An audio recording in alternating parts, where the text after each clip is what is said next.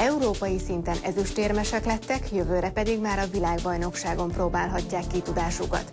Ők a magyar etikus hackerek. De miben különböznek a hackerektől? Rendszereket törnek fel, vagy védenek meg?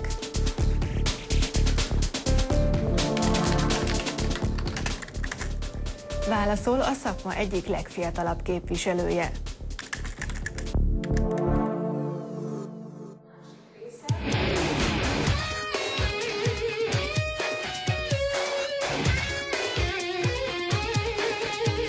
Azért járok a Pázmányon az információs technológiai karra, mert úgy gondolom, hogy ez az az egyetem, ahol nagyon figyelnek a hallgatókra, és nagyon erőteljes a hallgatói közösség. És úgy éreztem, hogy ezen az egyetemen van lehetőségem megvalósítani azokat a célokat, amelyeket más egyetemeken, ahol túl sok a hallgató, és emiatt kevesebb figyelem, mint egy hallgatóra nem lett volna lehetőségem. A legfőbb célom az lenne, hogy az egyetemen elindítsak egy úgynevezett etikus hacker tankört vagy szakkört, ahol olyan hallgatókkal gyűlnénk össze hétről hétre, akik ugyan nem értenek még ehhez a területhez, de érdeklődnek iránta, kutatásokat végezhetnének ezen a területen az egyetem támogatásával.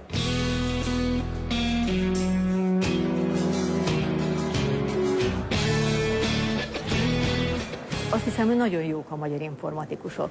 Jó informatikusnál mindenképpen nagyon fontos, hogy kíváncsi legyen, és eközben hajlamos legyen a mély matematikát is megtanulni, amit a saját kreativitásával ötvözve tud úgy kibontakoztatni, amivel már azt kell mondanom, hogy igen, nem a legjobb vidéki egyetemnek, vagy a legjobb budapesti egyetemnek a diákjai, a versenytársai, vagy szakemberei a versenytársai, hanem a legjobb kínai, vagy a legjobb amerikai, vagy a legjobb indiai.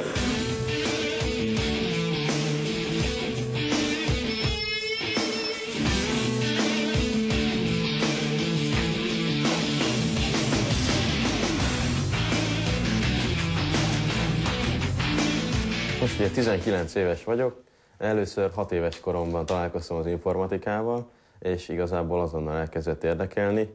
A hackelés az most már 5 éve kezdődött, 2006-ban Ausztriában jártam, és Ausztriában már akkor nagyon sokan használtak vezeték nélküli internet hálózatokat, és láttam, hogy a szomszédok is ilyet használnak a lakásunk mellett, és elkezdett érdekelni nagyon, hogy ez hogyan van titkosítva, meg hogy működik, meg ilyenek. Tehát alapvetően nem voltam, akkor még nem egy etikus szándékkal néztem a dolgok mögé, csak egyszerűen érdekelt, hogy működik, és aztán utána persze úgy gondoltam, hogy ezt etikusan kellene művelni, és ebben a témában aztán elkezdtem cikkeket írni egy blogba. Ez kezdődött 2008-ban, az is a címe a blognak, hogy Etikus Hacker blog, vagy Etikus Hacker cikksorozat.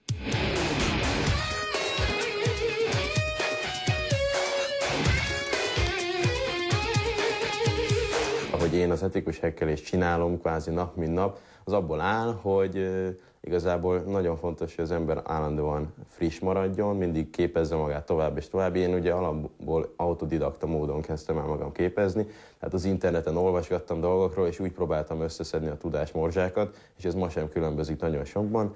Olvasgatom a híreket. Felállítottunk egy vezeték nélküli teszthálózatot, amit arra fogunk felhasználni, hogy bemutassam, hogyan lehet feltörni a régebbi fajta titkosításnál használt jelszót. Keressük meg ezt a hálózatot, amiről szó van. Most egy úgynevezett hamis azonosítás nevű támadást fogok végrehajtani, aminek az a lényege, hogy megpróbáljuk elhitetni a hozzáférési ponttal, amelyik szolgáltatja ezt a vezeték nélküli hálózatot, hogy mi jogosultak vagyunk adatokat küldözgetni neki, és ezek után elfogadjon minden tőlünk érkező adatot. Megkaptuk, hogy sikeres volt ez a támadás, most azt fogjuk csinálni, hogy nagyon-nagyon sok adatra van nekünk szükségünk, és amit látható, a levegőből elkaptunk egy csomagot, és utána ezeket folyamatosan elkezdtük visszaküldeni a hozzáférés a hálózatba, és ezzel a hálózatot arra kényszerítettük, hogy még több adatot küldjön vissza nekünk. Tehát arra kényszerítjük a hálózatot, hogy forgalmat generáljon saját magán, és az a sok titkosított adat, amit itt össze tudunk gyűjteni, ez használható arra, hogy aztán később statisztikai analízissel megállapítsuk a hálózat titkosításához használt jelszót. Ezt a programot ráküldöm erre a sok adatra, amit lementettünk a levegőből, és meglátjuk, hogy sikeresen visszaszerzi nekünk a jelszót. Elolvassa először az összes fájlunkat, kiolvassa belőlük a megfelelő csomagot, megkérdezi, hogy melyik hálózatot szeretnénk, az egyes hálózatot szeretném támadni. ezek után újra beolvassa a fájlokat, és ki is írja nekünk, hogy a kulcsot megtalálta.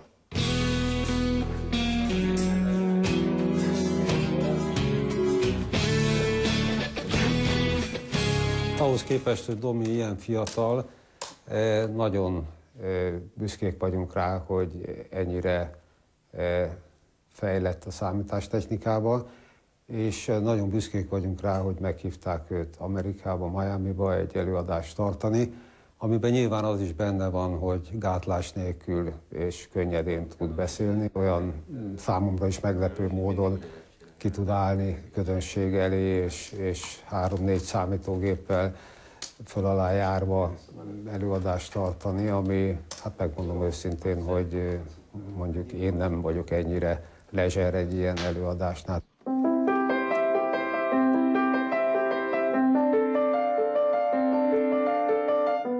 Nagyon szeretek zongorázni, mert mindig kikapcsolja kicsit az agyamat, és igazából megnyugtat.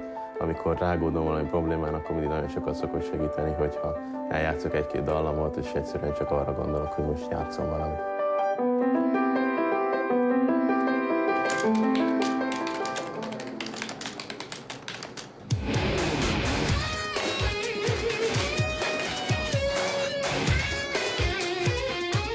Nagyon érdekes év volt, mert a tavasz folyamán már lehetett látni, hogy mindent elvisznek a hackerek, ami mozdítható. Néhány olyan cég dőlt be a hackerek támadás alatt, amiről aztán tényleg senki nem gondolta volna. Ez a fajta támadás hívja életre azt a szakmát, amiben mi dolgozunk, amit úgy hívnak, hogy etikus hackelés, aminek tulajdonképpen az a feladata, hogy megelőzzük ezeket a biztonsági problémákat. Mi előbb tudjuk, hogy biztonsági rés van egy adott hálózatban, mint hogy valaki odaérne és ténylegesen kárt okozna. Ez olyasmi körülbelül, mint az autóiparban a törésteszt. Tehát, hogyha én meg akarok róla győződni, hogy biztonságos egy autó, akkor a legszebb módja ennek, már bocsánat a kifejezésre, hogy szép módja, hogy ripityára töröm, és akkor megnézem, hogy mi történt vele.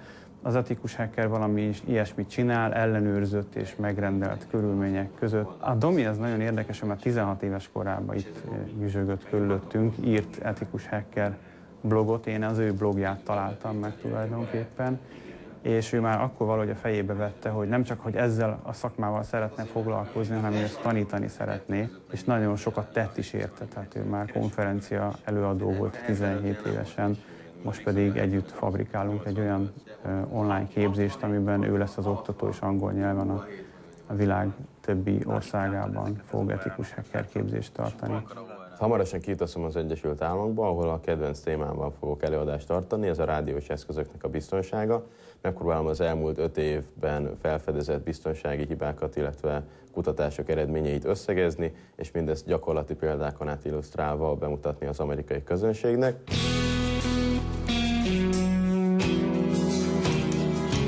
Olyan kísérleteket is végzünk, hogy más kutatók által bemutatott biztonsági problémákat, mint például telefonok egyszerűen a hallgathatósága, ezeket megpróbáljuk kiküszöbölni, és megoldásokat keresünk arra, hogy ne lehessen egyszerűen lehallgatni otthoni vezeték nélküli telefonokat. 2008 óta egy megfelelő eszköz és egy internetről beszerezhető program segítségével ugyanis ez lehetséges, mint ahogy ezt most láthatjuk és hallhatjuk is. Jó, mert akkor meg azt lehetne csinálni, hogy meghirdetjük angolul, és szépen meg tartani különböző időzónákban.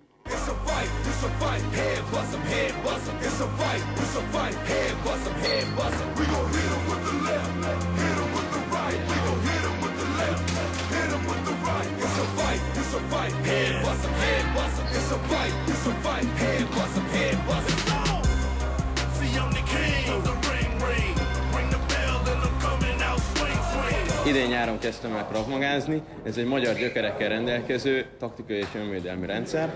Azért szeretem nagyon csinálni ezt a rendszert, illetve ezt az edzést, mert úgy gondolom, hogy ha mozgok és kimozdulok otthonról, akkor az legyen egyben hasznos is.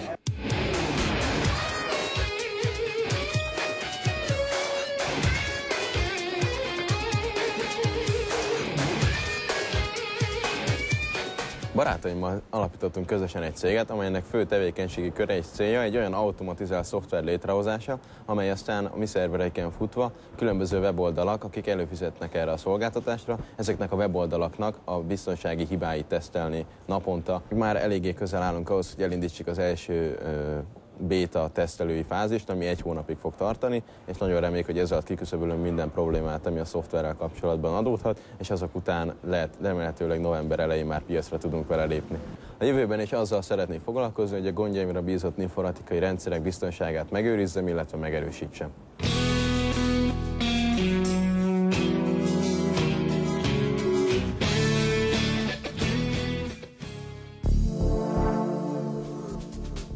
Ez volt a Keresztmetszet, jövő héten is jelentkezünk, addig is vigyázzanak rendszereikre. Viszontlátásra!